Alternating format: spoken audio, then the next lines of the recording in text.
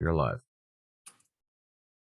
Welcome back to Prophecy 3 DNA, where we discover, decrypt, demystify, and apply Bible prophecy.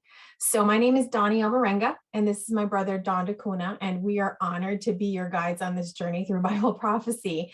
And over the past several weeks, we have been dissecting the covenant, the idea of having an agreement between God and his people, and what that meant, that it was an agreement and what was involved in that agreement, what was the human what were the human stipulations to the agreement. I think that as Christians, we oftentimes about the covenant, the new covenant, whatever, but the point is that we're really kind of establishing the foundation of what the old covenant was, right? We're establishing the foundation of what a covenant is and what our stipulations are as human beings. So welcome back as we wrap up the last two of the stipulations. So what are we talking about today, Don? Today we're going to talk about the 9th and 10th commandment. Okay. But before we do, would you mind praying to start us off? Yes. So our Father in heaven, thank you so much for your graciousness, and thank you so much for your love. Thank you so much for creating guidelines for our happiness and for living well. And we pray that you may join us in this conversation so that we can really, truly understand your heart. In Jesus' name I pray, amen. Amen. All right, just left on here our methodology, just for those that want to catch up. So the 9th commandment, you shall not bear false witness against your neighbor. Okay, so it's the concept of slandering somebody, right? Or also the idea of again, a judicial procedure where now you have to give testimony, but because of your false testimony, now it's prejudicial to somebody else, right? So, like, for example, imagine like a murder trial where now you say this person actually committed the crime when they didn't. For all intents and purposes, you might as well have killed them yourself. Does that make sense? Mm-hmm. So, let's see what it actually encompasses, all the stuff that's in it. So this commandment defines our responsibility towards our brothers and sisters, God's other children, and encompasses all forms of deception, okay, that destroys God's children's trust and proves disloyalty and lack of love for them. So the issue here is the concept of deception, right? It could even be 99% truth, but that 1% of a lie that is actually prejudicial, right, causes it to be a deceptive thing, right? So let's look at some of these verses. So outright lying, right? A true 100% false statement. So go ahead and read this in Leviticus. You shall not steal, nor deal falsely, nor lie to one another. Okay.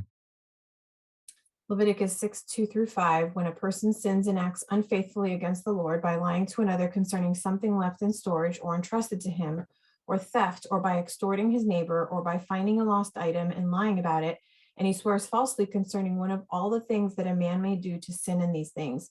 When he sins and is found guilty, he shall return whatever he stole, or whatever he extorted, or whatever was left in storage with him, or the lost item which he found, or about which he swore falsely.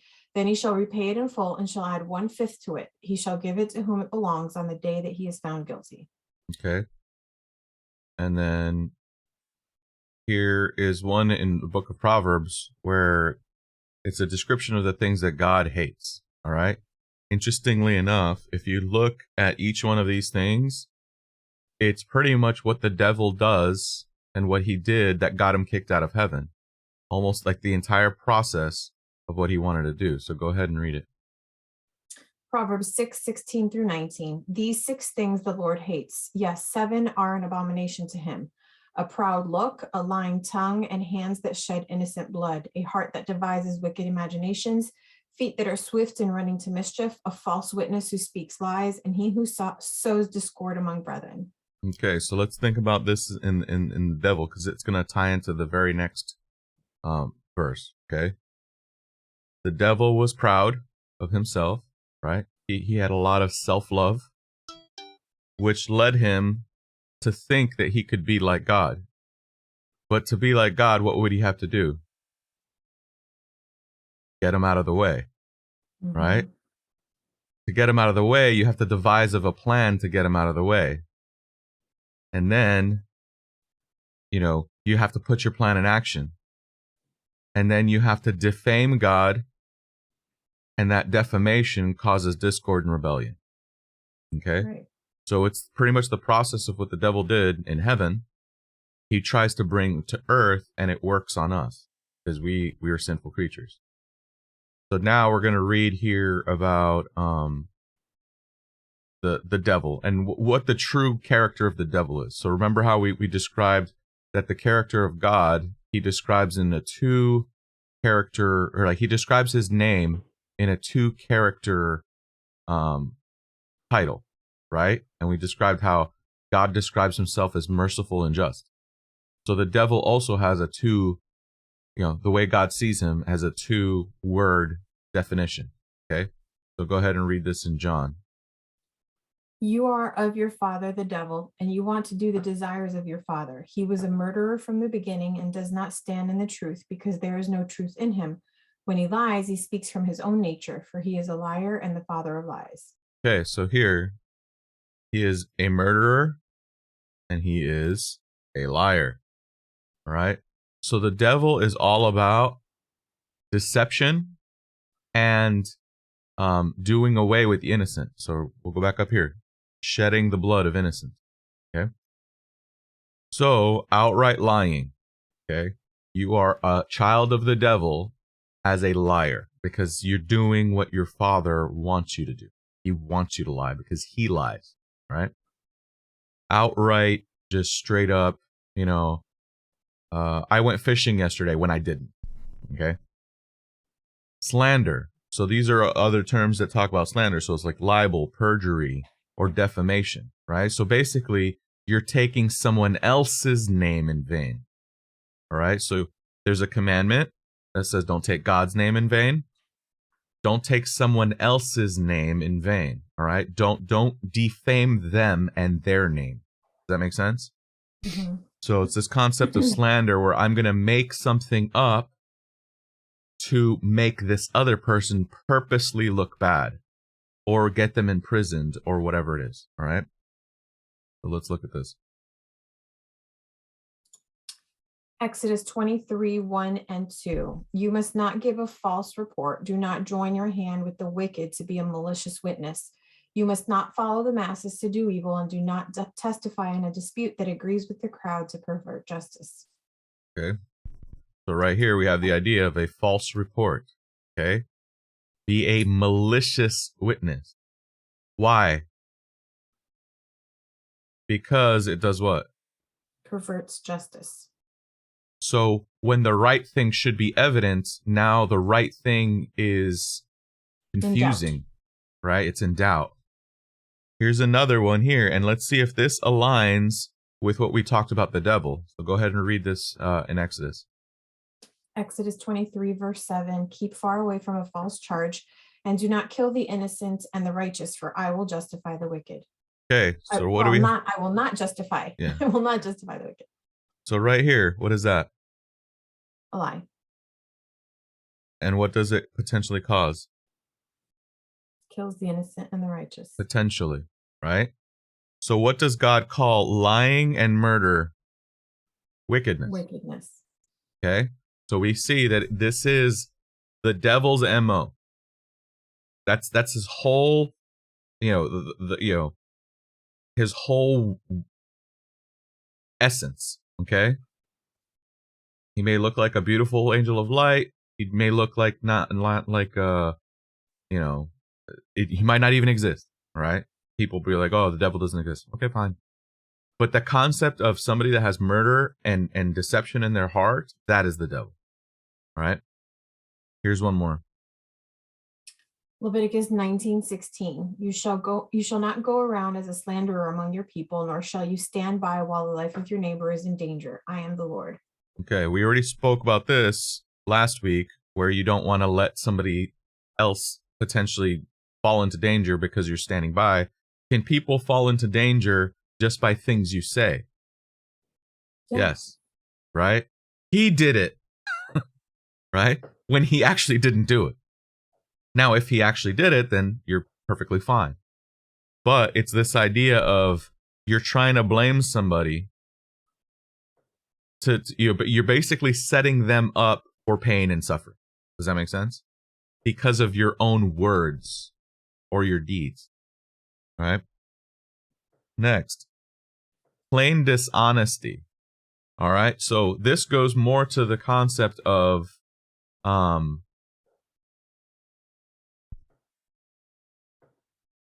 it's not a full lie, or it's like it's a half lie. Does that make sense? Mm-hmm. So it's just a little deceptive, but it's not a whole lie. But half a lie is a whole lie. Does that make sense? So that's what God is saying here. But part of that includes is like false promises or speaking carelessly. All right. So like saying, my son's like, are we going to go to the theme park tomorrow? And if I have no intention of going, I say, yeah, we'll go. Right. I'm giving him false hope when I could have just said no, or I could say, hey, we're going in a week or so. Right. But the intention of, I'm not saying like, if my kid's like, can we go to the theme park tomorrow? I was like, oh, we'll try our best. Right. Or there might be, I have this other thing going on. I'll see if that thing falls through and then we'll go. But if I have no intention on going, but now I'm presenting that I could go or that we will go, that is being dishonest. Right. Speaking trust. Correct. And also like speaking carelessly, like if I tell my kid, hey, if you sink this basketball hoop, right? Let's say we're playing basketball at the gym. And I was like, if you sink this hoop, I'll give you $5 million. No intention of giving him $5 million. And then he sinks the hoop and he's like, where's my money? Right. So that's just a very, simple way of saying it. But let's go to this concept of dishonesty, false promises, and speaking carelessly. Leviticus 19:17, you shall not hate your brother in your heart. You shall surely reason honestly with your neighbor and not suffer sin because of him. Okay, so if you don't reason honestly, what could you potentially do? Suffer sin. Suffer sin, all right? Leviticus 6:2-5. When a person sins and acts unfaithfully against the Lord by lying to another concerning something left in storage or entrusted to him. This is the one we read earlier, no? Did we read this one? I think we did. Okay, but same idea. Okay. Mm-hmm. So again, here we have the concept of, I know you lost something, right? I know you lost something, but I don't give it back. And I try to lead you down a path that makes you think it's gone forever. Does that make sense? So you're being dishonest with somebody, all right? False promises. Leviticus 5:1. When a person sins in hearing the spoken oath and he is a witness, whether he saw or knew about the incident, if he does not report it, he bears guilt. Okay, so this is somebody that says something, I will do this. And you heard it and you participated in it, and then later on, you either let the person off the hook because they paid you off, right? Or you have some vested interest in them not having that oath. Does that make sense? Mm-hmm. So, and then we already read this last one here because a lot of those concepts were tied into this one verse here in Leviticus 6:2-5. And then speaking carelessly.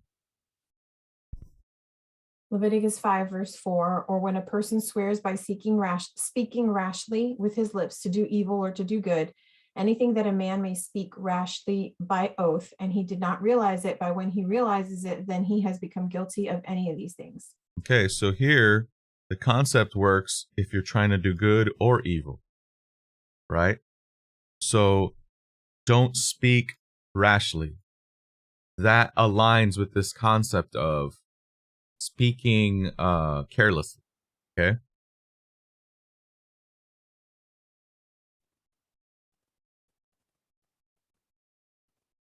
All right, and then the last one is a lie of omission, okay? What we've spoken so far are lying in commission, right? You're actually in the act of doing it, but you can also be deceptive by what you withhold, right? some guy just murdered some dude and you saw the whole thing, and then a cop asked you, did you see anyone? And you're like, nope. Right? Or you just don't say anything. Stay quiet. Right? That person might get away. We need a description. It's like, I'm sorry, I didn't see anything.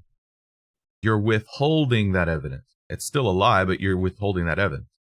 Right? So let's look at this one.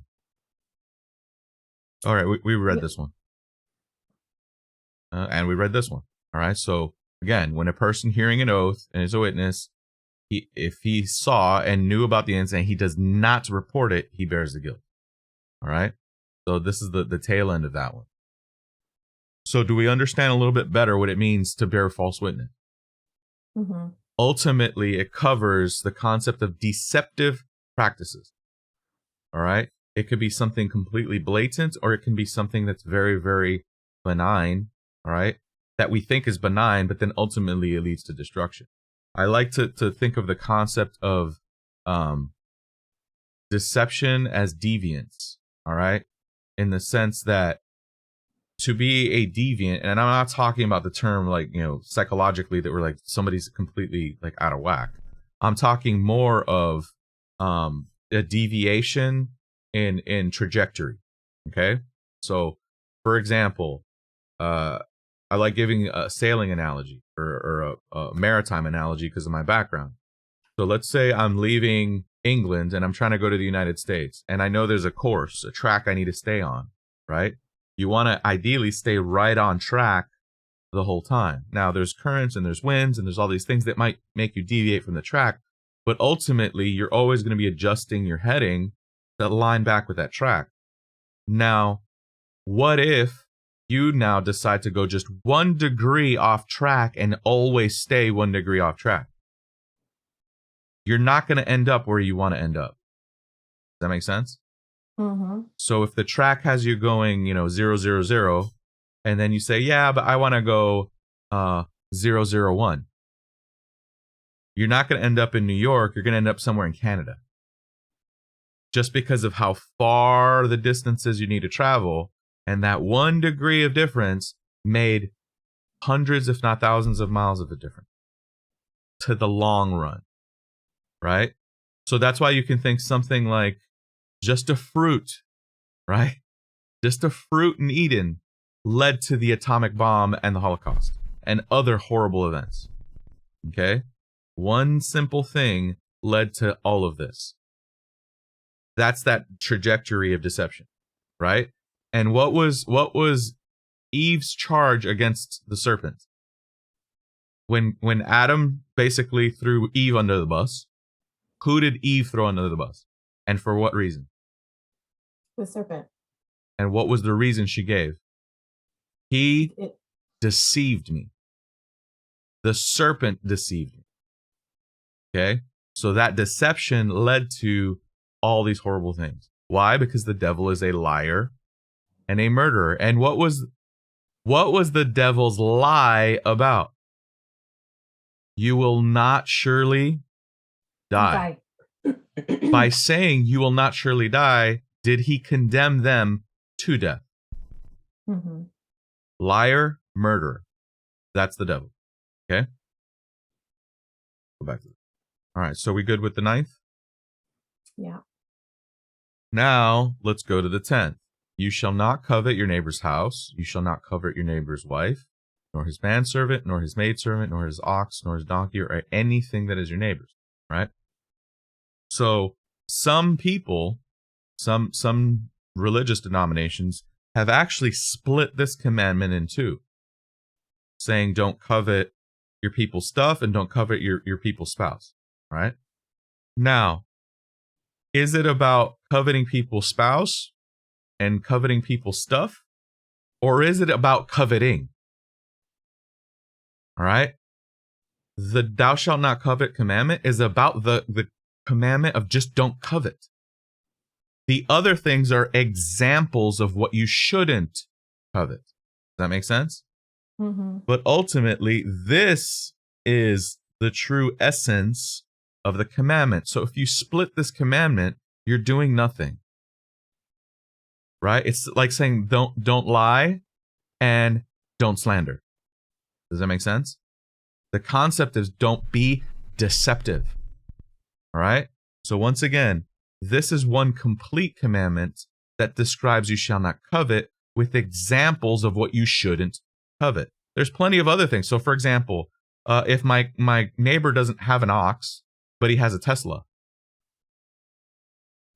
is it about the ox or is it about the Tesla? Or is it about the coveting? Does that make sense?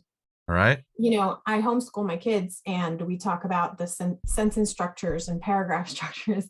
And I'm constantly asking them, what's the main idea? And what are the supporting details? Right. Yep. And that's essentially what this is. This is a lesson in grammar. What's exactly. the main idea? And we can see, and later on, we're going to find out why people had a vested interest in splitting this commandment. Okay. So we'll look at it here. This commandment defines our responsibility towards our brothers and sisters, God's other children, and encompasses all forms of lusting after or desiring something that belongs to another. All right? So it's like, I want whatever it is you have, I want. All right? But there's another component with this, which also means that you're not grateful for what you have. All right? What God has given you. So it's a twofold concept. All right? I want what you have. And I'm not happy with what I have because I want what you have. All right. So let's look at this. Selfishly lusting after something or being desirous of something. All right. So go ahead and read this. Deuteronomy 7:25-26. You must bum. I can't read that. The bum. What? Burn. Yeah, it's a little bit blurry on my side. You must burn the graven images of their gods with fire. You must not desire the silver or gold that is on them, nor take any of it, lest you be snared by them. For it is an abomination to the Lord your God. You shall not bring any abomination into your house, lest you become cursed like it. But you must absolutely detest and abhor it, for it is a cursed thing. Okay, so here's like there was a description of like when you go into a town and there's all these idols and stuff. The idols were usually made of precious metals, right? And what God is saying is like, just get rid of it, because even though you may see a monetary value, you might just start following that God anyways and keep it not because it's made of gold, but because it's a deity. But the ultimate thing is, don't try to become rich off the destruction of others, okay? And also, don't take something that I told you that is bad for you and try to, whitewash it. Okay? Well, it's just gold, not the idol, but now you're desiring over something that God said get rid of. All right? Here's another one. Joshua 7:20-21. Achan answered Joshua and said, indeed, I sinned against the Lord, the God of Israel. This is what I did. When I saw among the plundered goods a beautiful robe from Babylon, 200 shekels of silver, and a gold bar weighing 50 shekels, I coveted them. So I took them. They are hidden in the ground in my tent. The silver is underneath them. Okay. So this is actually a curse that happened to the children of Israel when God had told Joshua, when you take out this town, destroy everything. Right? And what did this guy do that led him to do something else? He saw it. And when he saw it, what did he have in his heart? A desire for it, right? When I saw among the plundered goods a beautiful robe from Babylon, and he saw the shekels, and he saw the robe, and he saw the gold, I coveted them,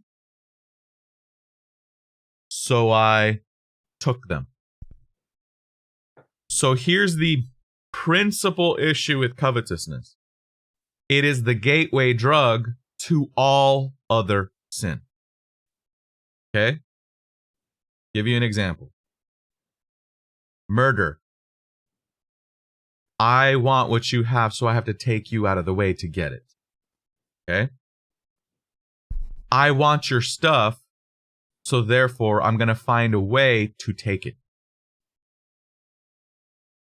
I like the way you're being worshipped as God, therefore I want to take it.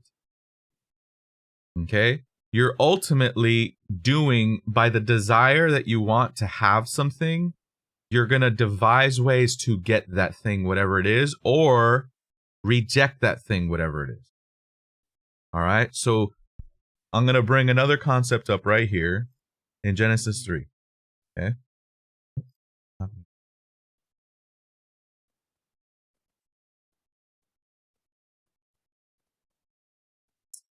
Let's just read here, starting in verse 4. And just right there. Go ahead and read that. What part of the Bible are we reading from? This is Genesis 3, verses 4 through 6.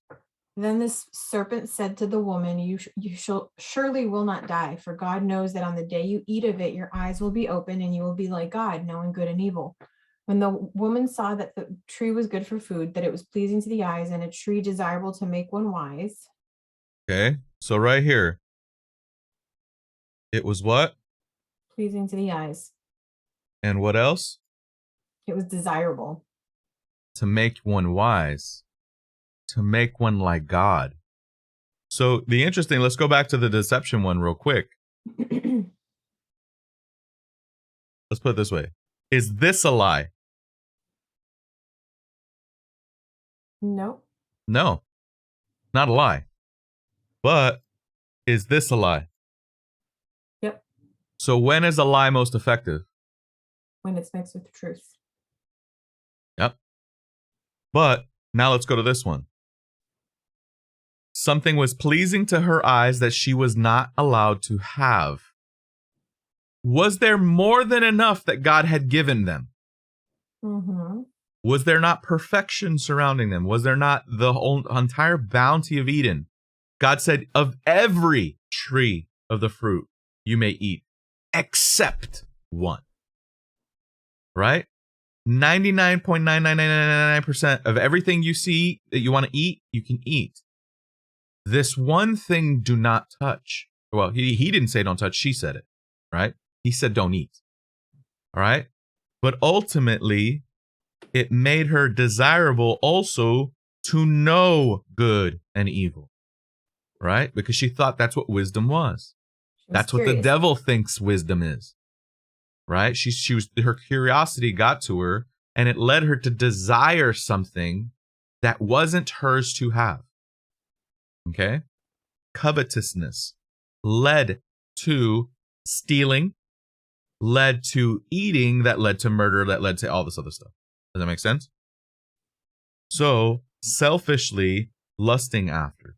So, it's a personal desire to have. Okay? Now, let's look at it the other way. Or there's two more. So, being jealous is just another way of saying covetous. Now, I'm not talking about jealousy in the sense of a righteous jealousy. So, for example, let me switch this. I'm married. Okay? I belong to my spouse and she belongs to me. Right? We belong to each other. Now, if somebody comes in and is trying to take my lawful spouse, do I have a right to be jealous of the fact that they are trying to take what is mine, okay, our love, our relationship, and interfere with that? That is not the jealousy I'm talking about. The jealousy I'm talking about is, now let's do it from the other perspective. Okay? You're not in a committed relationship with a person. It's not your spouse. But now that other person is jealous and wants to interfere with your relationship. That's the type of jealousy we're talking about here. More of the concept of envying somebody. All right? For example, Bob got a new promotion that I really wanted. Right? I really, really wanted that promotion. So now every time I look at Bob, I'm like, that Bob, man. Can't believe he got it when I should have had it. Okay? This is more the concept of the term hater. All right? Like our modern terminology of a word hater. What's a hater? Okay? A hater is somebody that is not happy for what you have. Okay? And they want it for themselves. right? So, for example, again, my neighbor has a Tesla. He brand new. Hey, come take a look at the Tesla I just got. And now I walk over there and I'm like, this guy's a schlub. Why is he getting this Tesla? Why does he deserve this Tesla? Does that make sense? I should have a Tesla. And even if I don't have it, he doesn't deserve it. Right? So it may not even be that I want it. Right? It may be like, I don't want it, the Tesla, but I know you don't deserve it. Does that make sense? So that's what I'm talking about here in this concept of jealousy. Okay? Envy.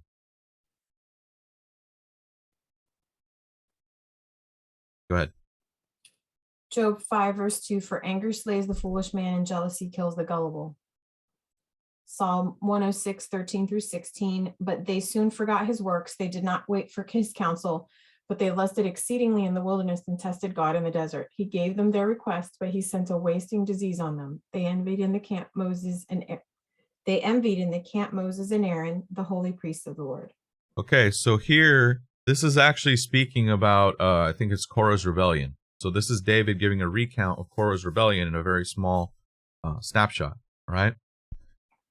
But what did they have? Did Moses and Aaron have a special relationship with God in that framework?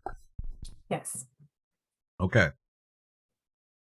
God chose Moses and Aaron to lead the people out of Egypt, right? It's his prerogative to do so, and it proved to be a wise choice because Moses was a good leader, right? Aaron was a good leader.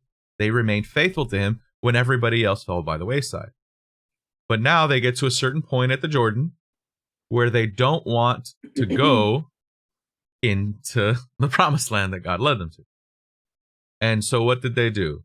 They decided, hey, we need new leaders because you don't deserve this leadership because you brought us out here to die. Okay? There was actually more cases than just that. There's actually like 2 or 3 cases of where people kept thinking, Moses, you're not good enough for us. We need this empowerment, especially like in Aaron. There was that whole thing of the budding rod, right? And Aaron's budding rod. Why did God even use that whole analogy? Because people wanted to overturn the Aaronic family priesthood, right? The Levite priesthood. They're like, you don't deserve it. We do. We are more righteous than you do. Why is it that you get this special favor with God when, we don't? The evidence is your desire. Does that make sense? Right? Let's go way back to Moses. When God asked Moses to go and talk to the Pharaoh to liberate his people, right? What was Moses' response? Send somebody else. He's like, I'm not worthy of this task. I'm not going to be good at it. Right? Think about somebody like Gideon. Right? What did Gideon? Gideon tried everything in his power to not follow God. Right? Jonah. Again, all these scenarios in scripture where God is using these men that didn't feel they were up to the task. But when they don't feel they're up to the task, who gets the credit? God. Ultimately. Right? It's like, I know I can't use somebody that's going to want to take the credit the whole time because it's not about them. Right? And it's not even about God saying, I need praise. Right? It's about the concept of like, if you're trying to accomplish something and you're trying to prove that it's God, right? The best way to do it is to use somebody that might not be, in our eyes, the best. But now these guys in the camp were like, why does he get this special favor? And so now I feel I deserve that special favor. Does that make sense? Yes. And that completely throws out your argument because God's like, see, you want the special favor. And you're willing to remove that other person to receive that special favor. All right? So that's what it's talking about here, this concept of envying. See here, lust is aligned with envy because this is what the whole story's about. All right? And then the last one is this concept of ingratitude. So not being grateful for what you have, right? So My neighbor has a Tesla. I have a Ford, Ford Fusion. Okay. Completely happy with my Ford Fusion. Good for him. Be happy for the other person. Right? Don't be jealous that they have it and you don't. And then don't look at your Ford and then kick it. Right? It's like, stupid Ford. No. I'm grateful because I have a means of transportation. There are plenty of people that don't. There's always this idea, like for me, I'm a big proponent on if you're going to put something on your plate, you eat it. If you don't want to put it on your plate, or if you don't want to eat it, don't put it on your plate. All right? It may be right or wrong, but my whole thing is this concept of be grateful for what you have because there's plenty of people that don't have enough on their plate. Right? This same idea. By you not being grateful for what you have, you're not thankful to God because you have it, but then you're also other people that don't have that, you almost diminish what they could strive for. Maybe somebody's just like, I just want a car. I can't get to work without a car and I need to take public transportation or I have to walk. Right? But you do have a car. Who cares if it's whatever it is? Does that make sense? So this idea of being ungrateful for what you have, right? So go ahead and read this. 2 Chronicles 32:25. But Hezekiah did not make recompense for what was given to him because his heart was proud. So divine anger was on him, Judah and Jerusalem. Okay. So he wasn't grateful for what he was given. Okay. Why wasn't he grateful? He was proud. So again, going back to that, what was the first thing of those 7 things God hates? A proud look. So pride. This stems from pride. Right? Why does he deserve it and I don't? By you saying that, what are you trying to do? Let's say you're on an even playing field, and now that guy doesn't deserve it, but I do. What did you ultimately do? You're better. Right? Why do you think you're better? It's tied to pride. Okay? Go ahead and read this one. Matthew 20:11-16. When they received it, they grumbled against the landowner, saying, These last worked only 1 hour, and you made them equal to us, who have borne the burden in the heat of the day. But he answered one of them, Friend, I'm doing you no wrong. Did you not agree with me for a denarius? Take what is yours and go your way. I will give to this last one, even as I give to you. Is it not lawful for me to do what I wish with my own things? Or is your eye evil because I am good? So the last will be first and the first last. For many are called, but few are chosen. Okay, so this is a parable. Jesus talked about how throughout the day, a landowner was hiring people to go work in his vineyard. Okay. He promised each of them the same amount of money, except that some started working at 8 a.m. and some started working only an hour at the end of the day, but he paid them all the same amount. These people grumbled against the landowner. And they're saying, he only worked an hour and I worked 8. You should be giving me more. Right? But what is Jesus ultimately saying? Your eye is evil. Why do you care if I'm giving this person the same amount of money when I told you I'm paying a daily wage? Is it their fault they just walked by right now? No. My agreement is with them. But now you have this internal covetousness, this internal envy, right? This evil eye is that concept. Is your eye evil because I am good?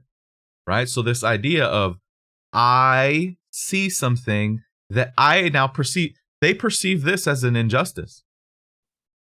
Is it actually unjust? No.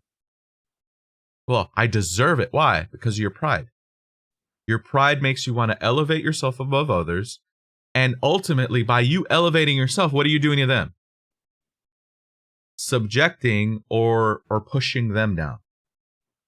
Does that make sense? We always have this desire to one-up each other, right? Keeping up with the Joneses. This is the keeping up with the Joneses commandment because it literally says your neighbor's house. All right. Be grateful for what you have,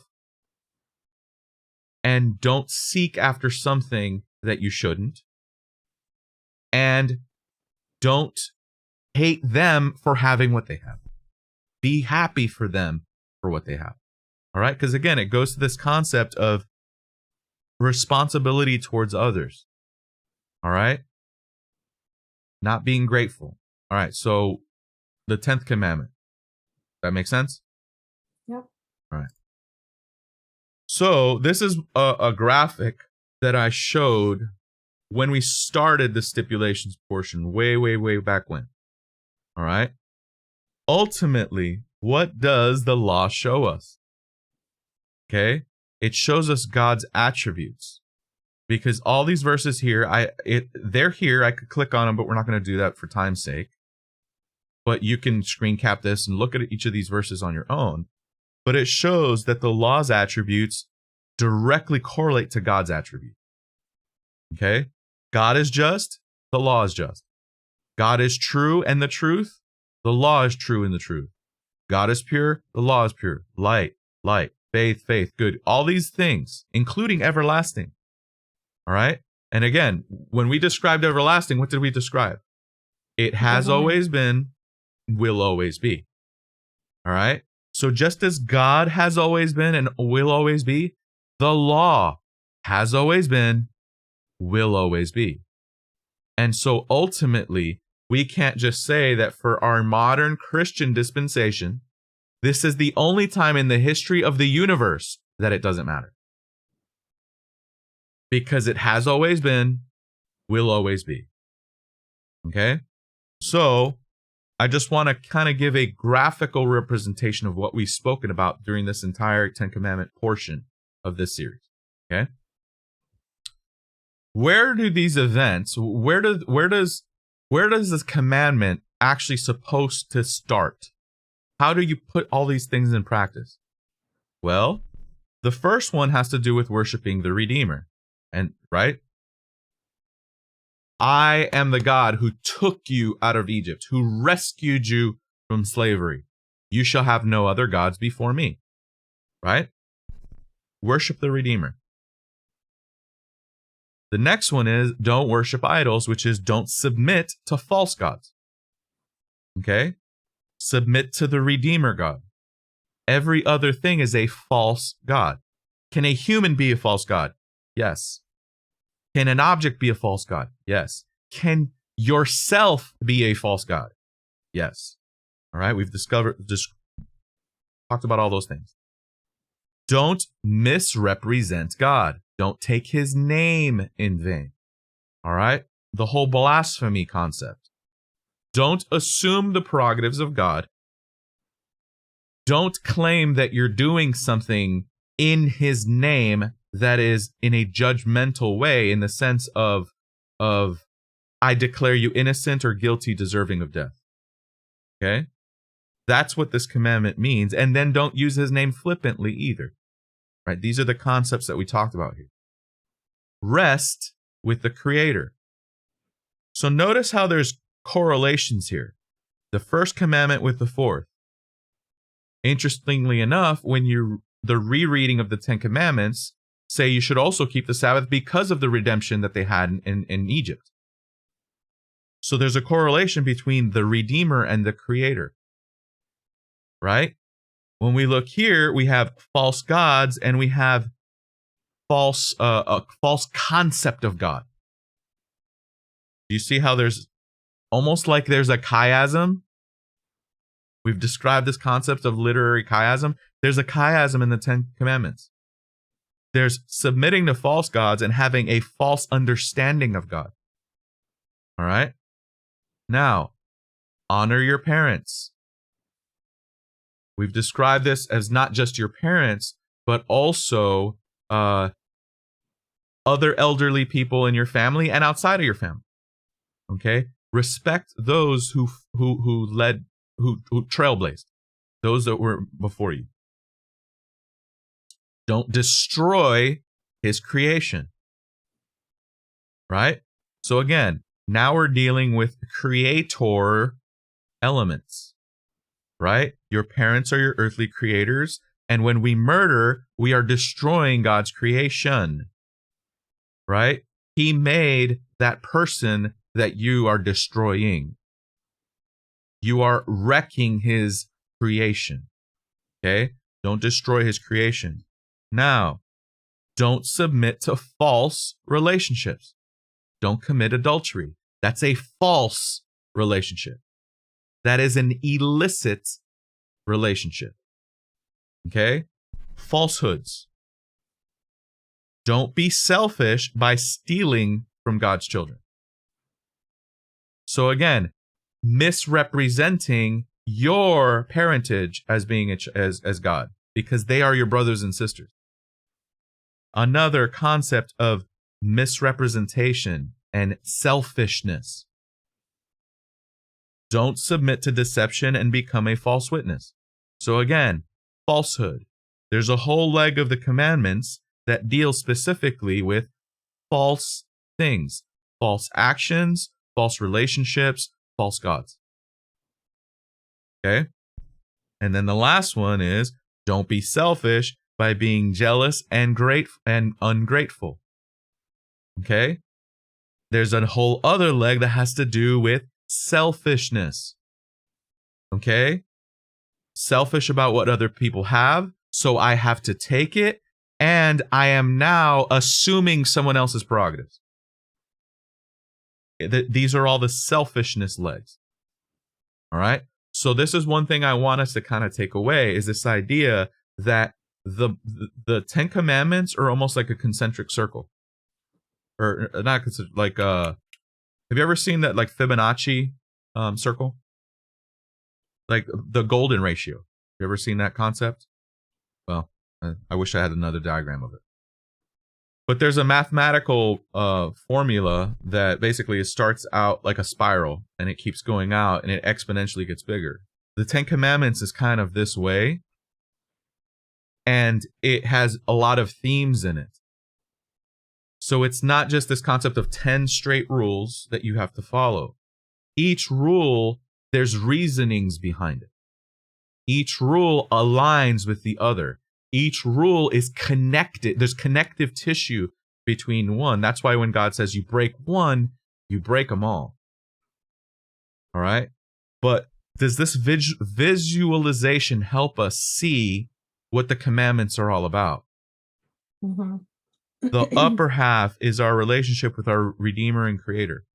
The lower half, right here, has to do with falsehoods. And then the last one has to do with selfishness. Ultimately, they all have to do with selfishness. Right? Because you're either selfless in observing it or selfish because you don't care. Right? But ultimately, it's broken up in a way that is thematically consistent. And there's linkages. That's ultimately what I want to try to show. All right? So, what have you learned throughout the Ten Commandments piece that we've done? And specifically the last two that we talked today, but just throughout all of them that you're like, this I took away from this section. Well, going back to the whole idea of main idea and supporting details, just the whole idea of all of the linkages are fascinating to me, that there's like a main idea and that there's supporting details. And ultimately, the main idea is love God and love others. Okay, so did you realize that there are 613 laws or there's only 10? 10. What do those other laws help point us towards? The 10. So it's like the 10 are the main idea. Correct. And everything else is the supporting details. It's kind of like you were talking about the ox versus the Tesla, right? So the main idea is don't covet, right? And then we can create a million other laws surrounding that one. Well, don't covet your neighbor's camera, and don't covet your neighbor's shoes, and don't cover your neighbor's house, and don't covet your neighbor's vacation. You can just go on and on and on and on and on. But really, the main idea is do not covet. Correct. And if we can. No, go ahead. No, I was just saying, it's like, so when we look at these commandments and they're like, if anybody wants to tell you, like, there's 613, how am I supposed to keep all of them? we need to understand the structure of them all, right? 10 of them, the 10 commandments are moral. A lot of those other laws explain what those 10 commandments actually entail, right? Which we've tried to do. But then there's other ones that are completely devoid from a morality sense. There were some straight up legislative laws that only applied to Israel as a state. Does that make sense? Then there are some other laws that are specifically designed for the priesthood. If there's no priesthood, are those laws bound? If your family is not of the priestly line, do those laws apply to you in any way, shape, or form? No. No. Secondly, are there any priests today? No. So those laws are not applicable. Does that make sense? And I'm not here trying to slice and dice and try to justify why these things don't exist. It's like, just go back to the 10 commandments and see how do they fit in with this. Does that make sense? Mm-hmm. And then if you're like, well, this one doesn't make too much sense. Like, for example, we talked about the dietary laws, right? It's like, well, that doesn't have to do with the 10 commandments. Actually, I showed you how it does. We showed you how it does. Because God made us. He designed the manual for what we should be taking. If we have a car that drives gasoline fuel and I go and I put diesel in it, what am I going to do to that engine? I'm going to destroy it. Because the Ford manufacturer said, actually, he says, put gasoline in this. And there's probably some huge warning saying, if you put diesel in this, you will destroy your engine. Because it's not designed to drive with that fuel. All right? So again, it's this concept of, do you want to throw it back in the face of the manufacturer and say, I know better? And by doing that, you're breaking the first one. But now, if there's a rule that says the Aaronic priesthood or the Levitical priesthood needs to perform the ritual just this right way, if I'm not in that priesthood, does it apply to me? No. If there is no priesthood to be had, does that law apply to you? No. Does that make sense? So these are the ways we need to rightly divide the word of truth. Right? That's something that Paul describes. He's like, be a student of Scripture that can rightly divide the word of truth. And this concept of 613 rules are completely... Do we think God in heaven is going to have all those rules? No. But I guarantee you these stay. Right? There's no reason why this moral clause would not be removed. The only difference is now we're in heaven. We have no need because we have no selfishness. And everybody's going to be grateful that everybody that's there is there. Does that make sense? So I'll go ahead and pray to close this out. Dear Heavenly Father, thank you for opening our eyes to your word and for showing us how your law, your moral law, should be in our hearts, and we should live to those standards. That they're not the standards we make, that we're not morally relative to define what's good and bad, that you've already done all the heavy lifting, and we can see how your laws allow us to remain in harmony with each other and with you. Bless us this day, that we can go out and be examples of you in the world. In Jesus' name.